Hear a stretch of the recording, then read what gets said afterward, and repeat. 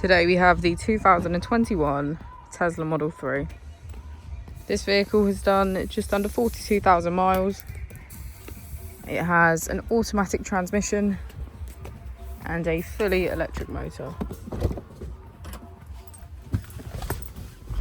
On our user interface, we're met with navigation as a feature, as well as an overview of the vehicle. This allows us to open the bonnet, charging port, and boot, all from within inside the car.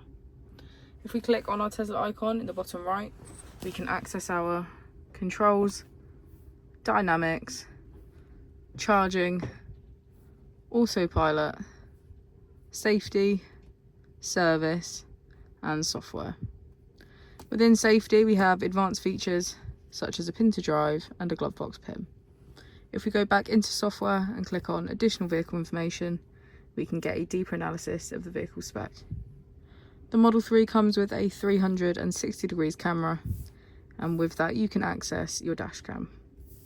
If we press here, we can access our climate control, which includes heated seats on either side and our heated steering wheel.